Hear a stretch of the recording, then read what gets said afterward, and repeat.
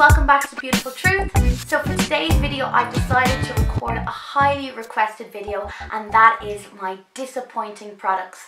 Now I recently, actually it wasn't that recently, it was back in January, I recorded my disappointing products of 2014, and you guys really seemed to respond to it. So I decided to do another one just like that. I think enough time has passed and I definitely have enough products that haven't worked out for me to give this video another whirl.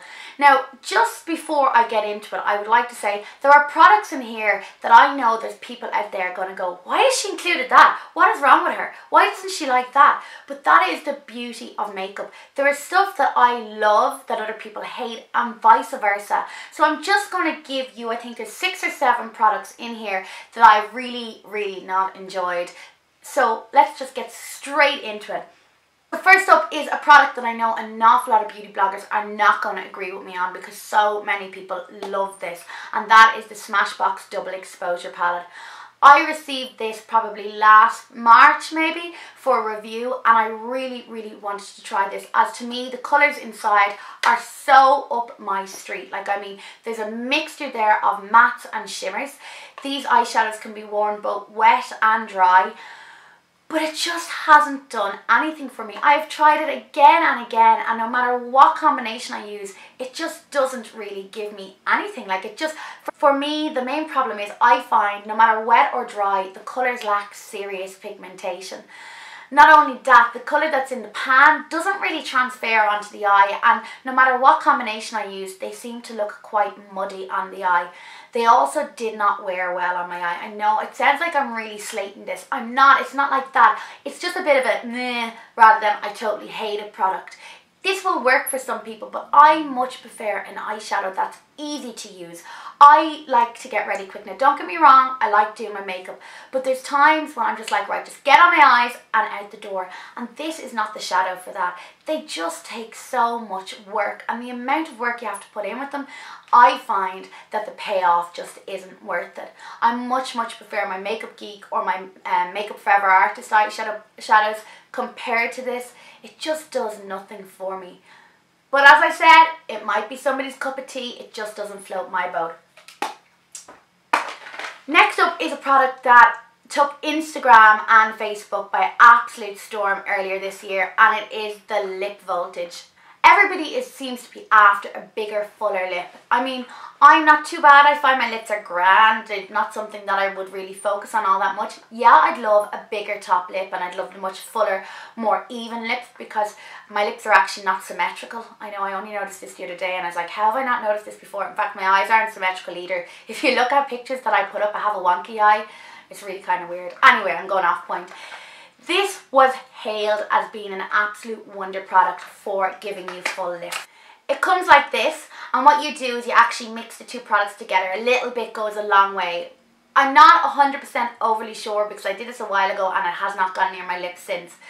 Basically, you then apply it onto your lips and you're meant to feel like a little bit of a burning sensation, and your lips will grow bigger. So I put it on. I probably did put a little bit too much of this on, to be honest, right? But I tried it once more with a lot less and it still kind of had a similar reaction. Anyway, it went onto my lips, and within about 3 minutes I was like, that's not really a tingle. Within 5 minutes I was like, get this thing off my lips. I remember I was running out to work and I'd done my makeup and I was at the kitchen sink going, oh Jesus, get off my lips, get off my lips. It was burning. Now I mean like serious burn, like acid on your lips type burn. It was horrendous. Now I know I'm going to get an awful lot of comments saying you weren't doing it right. Grand, whatever. I did try it again the proper way. I'll try and put the a link to how you do it properly down below because I just can't remember. It's a while ago since I did it. But mother of Christ, this stuff was horrific. I don't care how fabulous my lips look. And to be fair, after 5 minutes they didn't. There was a slight kind of swelling, but I'd say that was due to the fact that my lips were in agony more so than anything else. But I don't care how fabulous I would look with big mama jalaba lips, I will never ever put this near my lips to get again. It was so sore, like horrendous. Anyway, I've kind of ranted a little bit about that one. I know it works for some people, but there's only so far I will go to look good, and this to me just hurt way too much. So yeah, lip voltage, totally not for me. Okay, so my next product is another one that I was sent out to try. I'm actually probably doing myself no favours here, saying things that I was sent out to try aren't good, but like I get a good bit of stuff through the door, and obviously there's going to be stuff that just doesn't suit me. But anyway, I'm off point. The next one was sent to me by Life Pharmacy, and Life Pharmacy is one of the new pharmacy chains that's set up in Ireland, and I'm actually writing for them. I'll leave a link down below to the 2 blog posts that I've done for them so far. But they sent me out a box of stuff to try out, and in it was this Vita Liberata, I think they're called Tristal Minerals, okay? I think I'm pronouncing that right. And what it is it is a powder. I hope you can see it there. It is a powder, and it comes with, I just don't want to get this all over the place, and it comes with this little kabuki style brush. And what you do is you apply your body lotion to wherever you want to put the tan on, and you apply a lot of body lotion, and then you rub the powder in with this little brush. It is so messy. Like, I mean, it is so messy. It is supposed to last 24 hours plus, but the minute you have a shower, this stuff is coming off. What it is good for is if you are, and I get this problem all the time, where the colour of my skin is different to the colour of my foundation. Because I tan, I have 5 million different shades of foundation in the drawers behind me, and if I happen to pick up one that is just a little bit off colour, I do need to bronze up my neck. I mean, we're Irish, we have no colour except for extremely white, and foundations just don't always match. Anyway, this is good for kind of just powdering or tanning up the neck area. But in my opinion, it is just far too much work, and it is messy business. So you're putting your lotion on you, and then you're putting this powder in. Like, in my eyes, just get a bronzer and lash a little bit of bronzer on, and stop faffing about with this mess, because it's not cheap either. I can't remember the price of it, but I'll link it down here somewhere. And it's just far too much mess and far too expensive for just a little bit of bronzing up your neck. If I'm tanning, I want my tan to last, and if it's going to wash off in the shower, then I just don't want anything else to do with it. So last May, Urban Decay did a whole load of new product releases, and I got on really well with a load of them. They had the Revolution lip glosses, which are gorgeous. They're so pigmented and quite long wearing as far as lip glosses go. They had their Afterglow blushes, which I also really liked. I'll do a link. I've reviewed both of them, which I'll link down below. But I also got sent 2 eyeshadows, and they are in the colour Sideline here and Fireball. They didn't do it for me. I am very picky when it comes to eyeshadows. I know what I want. And to me, these eyeshadows, when you see them, like, it looks a little bit pigmented there, but when you swatch it to the hand, it just gives you nothing. And it's quite grainy, and they're hard to work with. Like, there's the Fireball one. See? Actually, that swatched pretty well. But when you're doing it on your eye, I just find you just don't get that much pigment for them, and they look really quite grainy on the eye. Now, I know Pixie Woo have been raving about these eyeshadows, but I reckon it's just the 2 colours that I got. They're not particularly colours that I would gravitate towards anyway, but yeah, they just did nothing for me whatsoever. And they are saucy in price. Like, when it comes to eyeshadows, I want to know that when I'm spending that I'm getting something good, and I just personally would avoid these 2 eyeshadows in particular. So my next product up is another product that I know so many people have raved about, and it is the Amazing Cosmetics Amazing Concealer. Ladies, there ain't nothing amazing about this concealer. This thing is horrific, like horrific. So let me explain why. Basically, this is hailed as being the ultimate concealer for blocking out dark circles. And it does. It blocks out your dark circles. When you put it on, you only need a tiny amount, and you pat it in. And I have tried a few different methods of putting it on. I've used a stippling brush, I've used a beauty blender, I've used my finger, I've used another kind of kabuki brush thing. I've tried so many ways. But the problem with this product starts about 5 minutes after you've worn it, because it breaks down faster than a bloody Fiat Punto on a motorway. I swear to God, this stuff, oh my God, it's horrendous. Basically, it wore away so quickly underneath my eye and left my eyes looking absolutely horrific. Now, I'm talking leprosy horrific. They were that bad, and that was within about 5 or 10 minutes.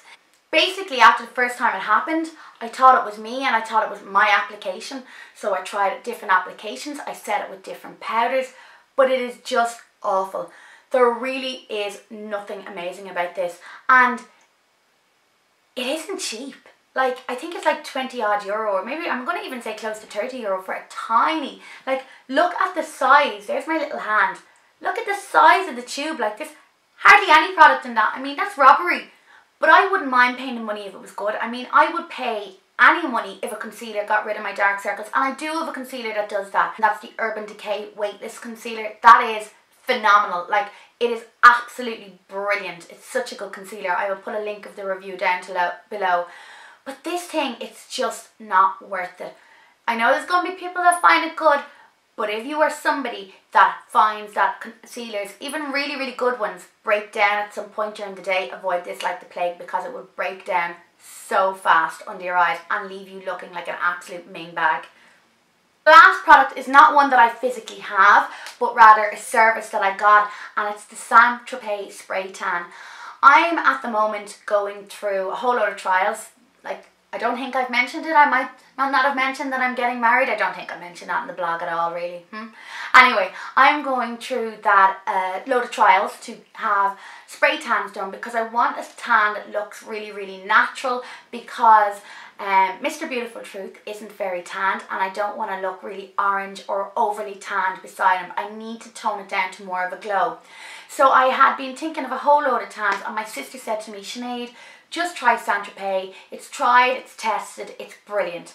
So I was like, do you know what? She's right. Saint-Tropez has such a good name. Everybody raves about it, blah, blah, blah.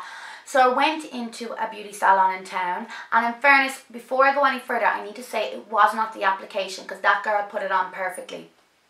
But went into a salon in town, got the tan on, and as I looked at it when it was coming up, I was like, Jesus, this is very orange, like very orange. And I went and I showed my mum, and my mum was like, it's meant to be that way, that's the way it's supposed to be.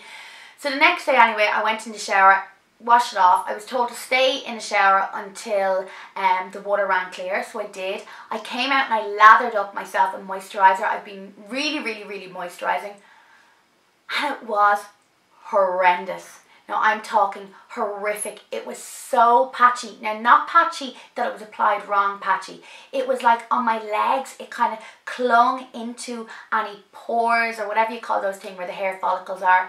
It clung in them that I looked like so spotty with like pory legs, like, you know, old lady legs I had with it. And also on my hands were, oh, they were gross. But again, my mom was like, Sinead, you're just being picky, it's perfect. My makeup artist was like, Sinead, it's perfect. And then my aunt got in the car and she goes, don't tell me that's your wedding day tan. That's awful. You can't be wearing that. It was so bad, lads. But here's the thing. It wasn't just bad when the tan was on.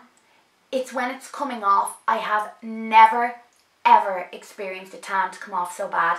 This thing, it is like it has clung to my skin. It's why I'm probably, don't know if you can see it, I'm a little bit patchy up here, my legs, everything. This is like a week and 2 days after I've had the spray tan done, and I still can't get it off. I swear to God, it's like it's absolutely infused into my skin. I am scrubbing like myself raw with the stuff, and it just won't come off. And again, I thought it was just me, but a girl in work had a Saint-Tropez spray tan done for her sister's wedding, and she was the exact same. Now, I don't know, have they changed the formula or not, but that is hands down the worst spray tan I have ever got, and I would avoid it like the plague. I think I'm going to be using, as I mentioned earlier, the Vita Liberata spray tan. It comes so highly recommended. I'm getting a trial later in the week, and then I will get it done a week later for the wedding. But lads, avoid the Saint-Tropez spray tan like the plague. So like I mentioned at the start of the video, there are going to be products in there that I know that you guys might like.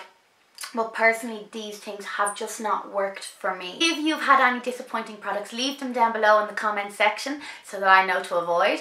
But if you have liked some of the products that I've included, leave a comment also and tell me why. So I hope you enjoyed today's video. Thanks so much for watching. I would love if you could subscribe to my channel, and I will see you guys soon.